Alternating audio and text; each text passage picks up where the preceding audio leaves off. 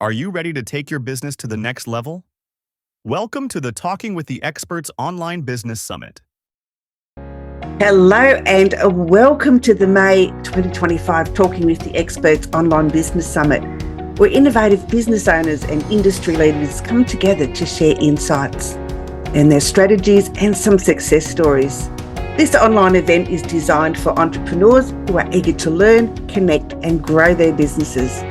Whether you're a seasoned entrepreneur or just starting out, this summit offers a wealth of knowledge from experts across various industries. Gain actionable strategies, discover the latest business trends, and learn how to overcome challenges in today's dynamic marketplace. And my next guest is Jack Glennon. And Jack is going to be discussing with us is how to redefine ourselves and navigating redundancy and career transitions with confidence. Now, Jack is a passionate leadership coach and speaker with over 15 years of leadership experience, guiding individuals and teams through transformative moments. Jack knows firsthand the emotional toll and opportunity for growth these transitions bring. He founded Glennon Peak Coaching to empower professionals to embrace challenges, redefine their identity, and thrive in their careers. Jack's expertise lies in emotional intelligence, I need a drink again. Team leadership and resilience, and his journey from redundancy to reinvention inspires audiences to turn adversity into achievement.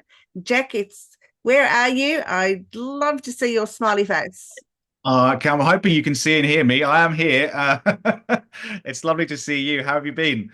I've been very well, Jack. It's lovely to have you back on at the summit. You are an inspiration, I must say. Every time I hear one of your presentations, it's absolutely great to see you.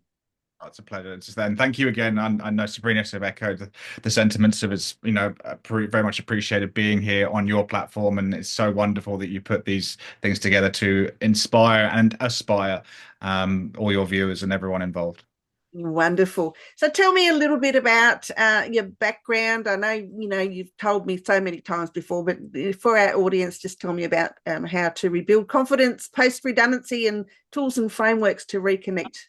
Yeah, so I actually put something together, so I'll see if it's going to work. I've been having a few technical issues this morning, so I'll see if I can share my screen or at least present, because I put a couple of slides together around redefining yourself within navigating redundancy and also career transitions, because this is something that's happening so much, not just in the past few months, the past couple of years, and it's really ramping up. I'll challenge anyone that doesn't know someone that's either going through or have gone through a redundancy it's a layoff, I think, in other terms in other countries. So I'll see if I can get this to work, if I can grab the screen on my end and see if it's going to work, because lovely technical stuff always works for me. Yeah, redundancy can be, really challenging. I know I was made redundant some number of years ago, and the transition back to a normal life, was quite hard, and you don't have that regular income coming in. No, 100% you don't. So I'm hoping, does that show? Is that coming up on your end, Rose? It is, yes. It is wonderful. Okay.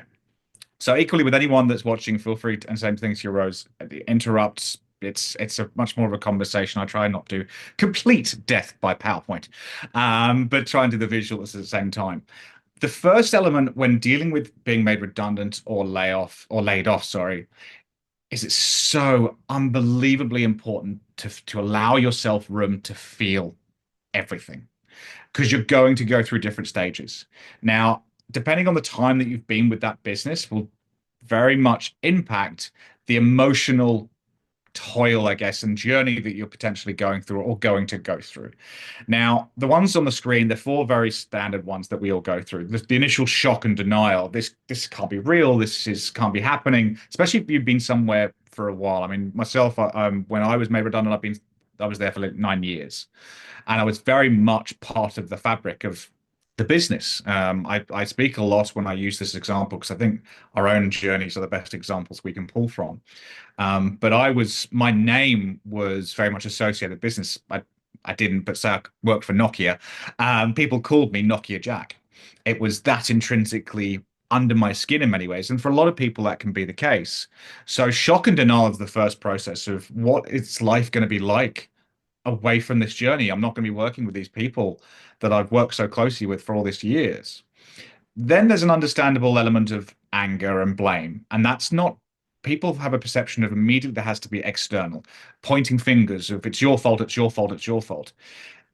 Quite common. It turns within oneself. Anger and blame to yourself. What did I do wrong? Why me? What did I, where did I drop the ball? Is it my performance? Is it something I did or didn't do?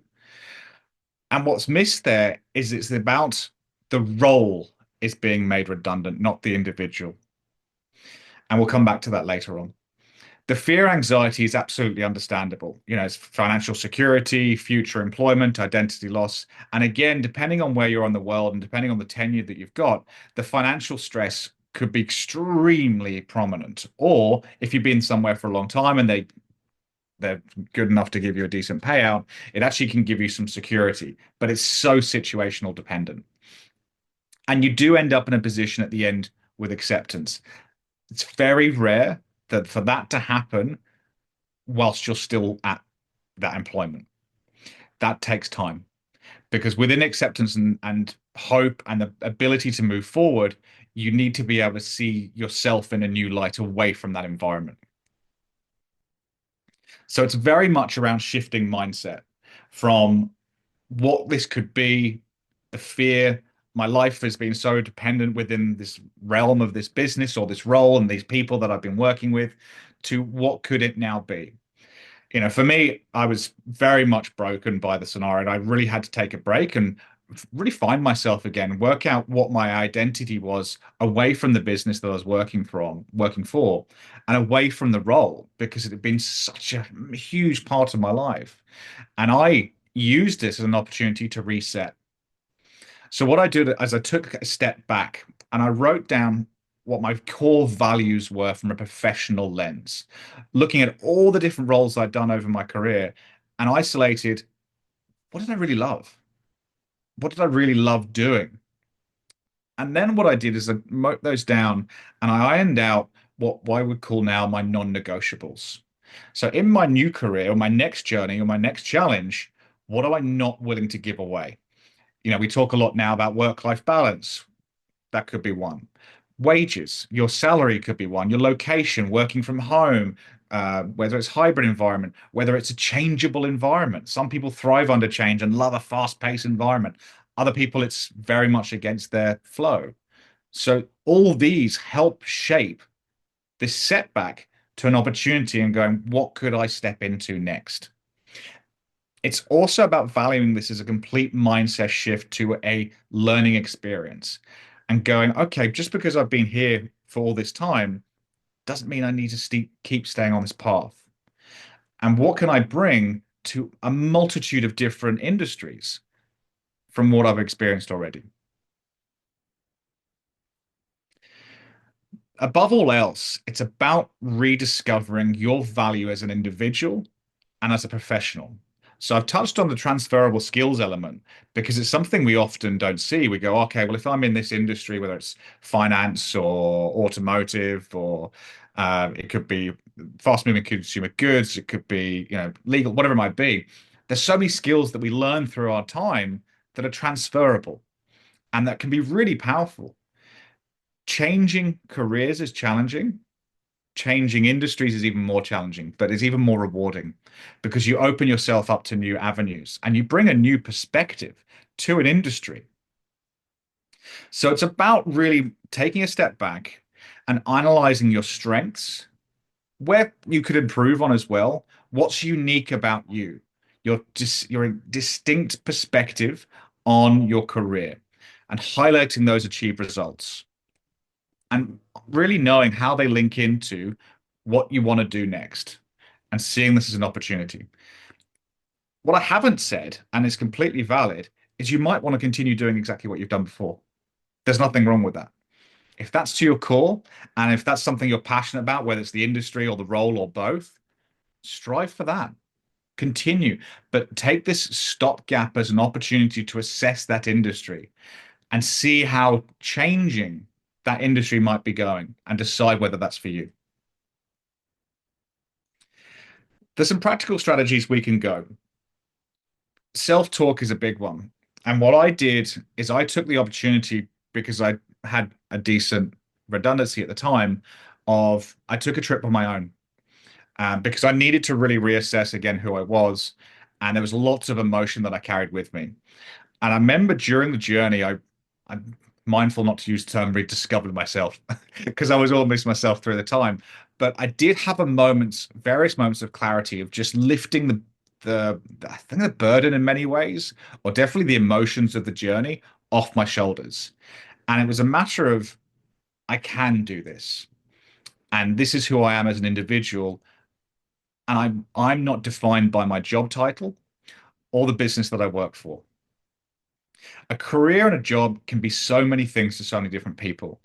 But when we strip everything away, it's so important to remember that a job is and a career should be something that we get value from, something we should feel we're giving value to. And at the end of the day, it's facilitating us being able to live the life we lead. Any job is a transaction. We put effort in and we get a financial reward from it. And that enables us to live the life we want to live. So within that, you link it in with setting achievable goals. So manageable targets, whether that's LinkedIn profiles, which Rose, you and I think have discussed in the past, can be an endless myriad of different strategies within that. And that's changing all the time. You know, how many industries deal with LinkedIn or don't. You know, depending on how long you've been in your role, you might find that a resume is completely out of date. And you now got to deal with these automated systems that just scan your resume and go, well, if you're not having these keywords in there, it's not going to get to a human. I remember learning all about this and having my mind blown, go, what? I could do a really good resume and it doesn't see a human? What? Hang on. It's Yeah, just, I've been through those, Jack. It's horrible. I mean, if you don't have those certain keywords in your resume, and it just scans them and rejects you, despite the fact that you may be the best candidate for the position. yeah, I had a really good conversation with a friend of mine not too long ago. He was made redundant as well. And he's like, I've done my CV. I'm all done. And I had to, thankfully, we were having a drink at the time because I had to gently ask him. I was like, "What do you mean you've done your CV?" He's like, "Well, yeah, I've done it, so I'm just going to send it off to everyone." You've got to tailor it. It's something that, again, I had to learn at the same time to target a specific role or a specific business or specific industry to the skills you've got. And like you said, Rose, keywords need to be put in there because these automated systems now pick them up. And if you don't have them in there, your resume doesn't get seen by anyone. Mm, through yeah. this through this journey, it's important to be human and to lean on people around you. A support network's massive.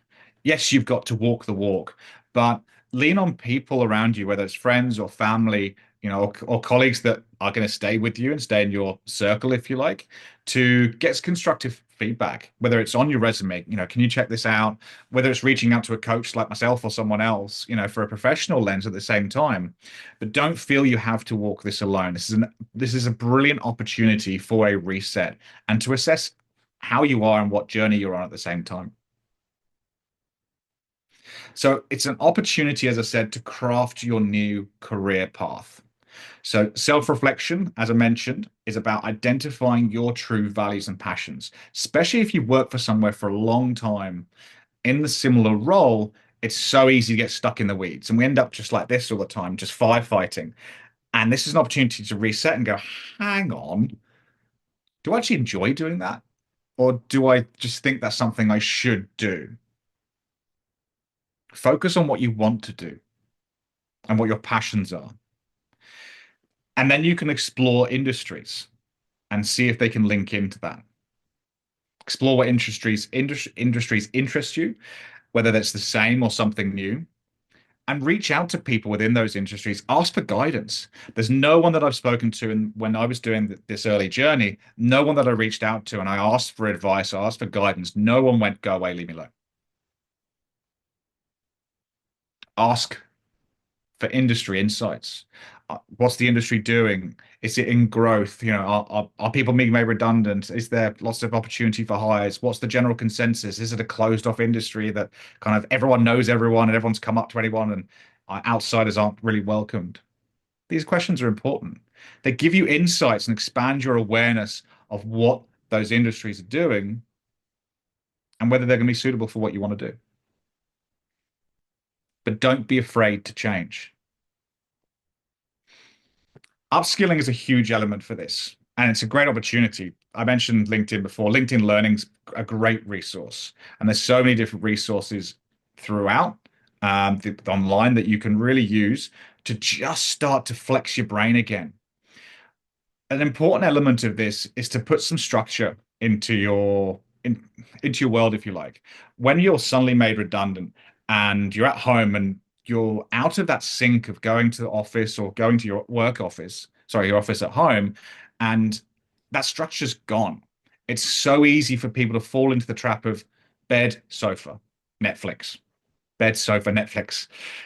That's so we all need to do that sometimes. There's an understandable need to just go, for today, I just need to do nothing just for today.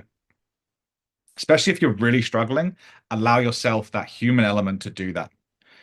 But you need to pull yourself out of that and then give yourself structure. What I did is I gave myself a structure. The morning is quote unquote work related, whether that was updating the resume, whether that was CVs, whether that was reaching out to upskill, doing courses, whatever it might be. And the afternoon was for me. And I used my career break opportunity to focus on me. And that was going for walks, that was, getting outside, doing a bit of sport, reading a book. And the evenings were for friends and family. And I made a conscious effort. If friends said, "Oh, do you fancy catching up? We'd love to see you. I haven't seen you in a while," I'd say yes. Even if it was a struggle. Because the moment I got there and I started talking, it was wonderful to see them. And then you start to expand your support network. The hardest thing in that moment, when you are tired and you're feeling down and feeling beaten because you keep on getting knocked back or no responses, is to say yes to see people. People are asking to see you because they want to see you and want to see how you are. And that support, it lifts you up. It gives you energy. It's so important. And through this process, what you can do is identify those gaps in your skills that you might have by talking to people, and then use those resources to fill those gaps, and then link them to your updated resume. So through this, it's about leveraging connections, expanding your network. I mean, Rose, you're someone I met throughout the year after I built the business. You're a wonderful person I've met. It's a great example. And again, like I said, the amount of people, if you put yourself out there, I've never had a negative introduction. People intrinsically, if you get someone who's genuinely wanting help, you'll get that in return. Rose, I can't imagine how many emails and DMs and especially LinkedIn you get that are spam, right? Absolutely. Yeah. Especially ones that want to upgrade my YouTube channel for the podcast, or they want to, get me 10,000 downloads in 30 days, or really? No. Every day, right? It's painful. But if someone reaches out for help, it's a completely different situation. If someone, a completely random stranger or someone who you're connected with through a connection on LinkedIn emails or DMs and goes, "I've seen, this is something you're expert in. I just have a really quick question. I'd love your support." That's not going to the junk folder. That's going, absolutely. I'm here to support, here to help. And then you can potentially connect someone with them that might be even more suited to that industry. So it's again about growing that network of support, both personal, but also both professional. This builds resilience itself. What I can say is that through this journey of redundancy, even for those people who go through a really, really nasty one that gets them personally on an emotional level, they question their value, question their worth, you come out of it. And not only do you come out of it complete, you come out of it so much stronger. I can say hand on heart that when I sat down with the business and I had the news delivered to me that they were restructuring and my role was no going to be available, and the fact that really location wise, I had no options. It's horrific, but it was the best thing that happened to me, hands down. That's no negative on the business, no negative of the individuals. It was the shift that I needed to take a step back and reanalyze what I wanted to do from a career. And also, we do use this term a lot, from a work-life balance. I've completely shifted my non-negotiables since then, and I'm much healthier and happier.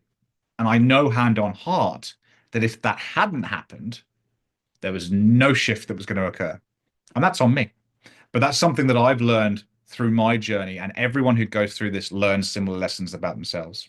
So your resilience becomes more. And what you're able to do from this is craft that new narrative through your CV, developing your brand. That's quite a lot of people are uncomfortable with that term brand. I'm not that keen on it myself, but unfortunately, this day and age, whether it's Instagram or TikTok, which I don't do have to say, I draw the line, uh, but or LinkedIn, it's about developing your brand on an online scale, and whether that's through writing, which I do, whether it's blogs, whether it's podcasts, it's developing what you want your identity from a professional level to be. And what that does is that enables you to isolate your identity as an individual. So when you do join that business that you really want to, your identity isn't linked to that business. Your identity is linked to you as a professional and your value proposition as that individual's case. Yes, you work for, say, Nokia. Sorry, Nokia, anyone's on there. I was not picking them out. But say you work for them, you're no longer tied to that. If you leave, it's fine because your identity and value leaves as well. So you maintain that. And so your career journey continues without that tie. Because a career is ups and downs. We go up, we go down, we go left, we go right. So we need to be an individual within that. Above all else, it's so important to build an action plan. And as I mentioned at the start, to acknowledge those emotions and to allow yourself to feel them and go through them, but don't do it alone. To constantly conduct those self-assessments for skills, for values, for potential career matches, and set those SMART goals. I'm sure everyone on this call knows what a SMART goal is, but if not, specific, measurable, achievable, relative, and time. So time subject is really important to set time bound. That then once again goes back to the structure I was talking about. Try not to be bed, sofa, Netflix every day. Stops you from getting into that doldrum, if you like, and embrace the continuous growth. Now, I say this one with a caveat. Currently, on social media and in the modern day, there is so much pressure to be better every day. We see it with influencers on TikTok, on Instagram, whatever it might be. We see it on YouTube with everything. And we're supposed to want to be better every single day. That's not sustainable in reality. And also, I think everyone can probably agree, sounds exhausting. Yes, we want to be the best possible versions of ourselves. We also need time to live and to breathe. And sometimes that's also about going, what I'm doing at the moment, say if this person's found their job, I'm really loving this. I'm loving what I'm doing. I'm loving where I am. I'm loving the place I'm living with my partner, with the kids, where we're going on holiday. Life is good. And that should be acknowledged to be okay. Being the best version of yourself doesn't necessarily having to be pushing the limits all the time. It's about knowing what's true to yourself at the same time. Because growth doesn't necessarily have to mean the definition of growth in everyone else's eyes. Rose, I'm going to come back to you. That's absolutely perfect. Thank you. As always, I love the support that you provide to me and to these summits. It's I really do appreciate you and the things that you bring to the summits and the podcast are so valuable. And you know, a lot of people don't think about redundancy as, you know, being harmful to their health, but they really can. It really can be. As I said some years ago, when I was made redundant, I was depressed for a very long time because it was a job that I loved. I didn't really want to leave, but life circumstances didn't allow me to stay in that job. And yeah, depression can really hit if you're not careful. And if you don't have that support network behind you, you can find yourself in all sorts of trouble. You really can. And I'm so Don't sorry you went interrupt through me that. now, please, darling. I'm so sorry you went through that, Rose, because it is that you feel like you're breaking up with someone, or they're breaking up with you, in fact, in many ways. So you do get that question of value, and well, I really want to continue doing why can't I continue doing what I want to do? It is very common for people to get depressed because they question their worth and their value and their identity and their place in the world. And that's what they want to do, and they can't do it anymore. And what process and what step can I possibly make to get to where I want to be? And through the journey, what people often find is, and you may have found this yourself, is at the end they end up somewhere completely different to where they were, but far more happy. Yeah, absolutely. No, I ended up doing something completely different to what I was doing in my other life that I loved so much. So there you go. Me too. Now, if you want to find Jack anywhere on the webs, you can find him on LinkedIn at Jack Glennon. There's Glennon is Glennon. He's on website at glennonpc.com and on Instagram on glennonpc. And he wants to promote his 30-minute intro coaching session. What will people be able to do when they do that with you? Well, firstly, it's got a wonderful word in the front of it. It's free, which everyone really always enjoys. So it's a wonderful opportunity for me to connect with them and understand what their challenges are. And really, what I try and do is I listen first and foremost and understand what's their challenges going on. And then in that 30 minutes, I give them an idea of the path of coaching that it would look like. But I always give them something to walk away with in terms of a bit of direction for next steps, whether they decide coaching with me or not. Lovely. Jack, it's been a pleasure as always. Thank you so much for joining me here on the summit today. And I look forward to catching up with you on the web somewhere. Very much. Much.